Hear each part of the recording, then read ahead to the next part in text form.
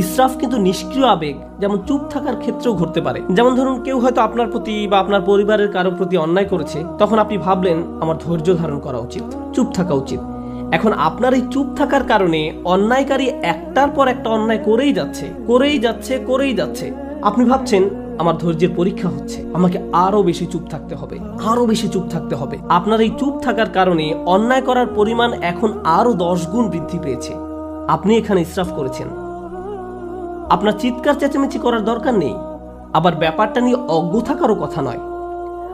আপনার তো অন্তত পক্ষে সত্যটা মুখ দিয়ে বলার দরকার ছিল, কালোকে কালো বলার দরকার ছিল, যা সত্যি তা বলা উচিত ছিল। ওয়াতাওয়াসাউ বিল হক বলতে তো এটাই বোঝায়, তারা একে অন্যকে সত্যের উপদেশ দেয়। বিষয়টা যেমন তাকে তেমনই বলা উচিত ছিল।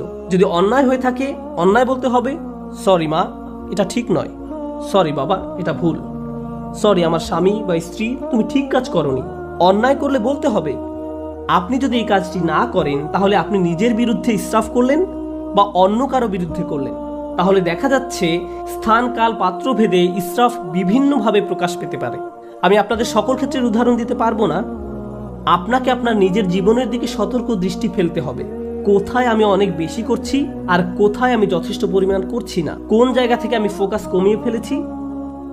এমনকি ভালোবাসার ক্ষেত্রেও ইসরাফ ঘটতে পারে।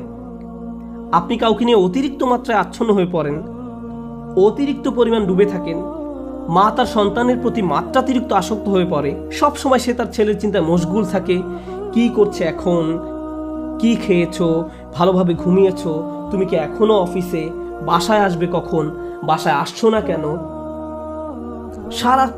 সারাক্ষণ ছেলের চিন্তা তাকে ব্যস্ত করে রাখে। কোনো মা যদি এমনটা করে, তাহলে সে তার স্বামীর প্রতি কর্তব্য পালন করতে পারবে না। তাহলে সালাতে যেভাবে তার মনোযোগ রাখার কথা ছিল রাখতে পারবে না।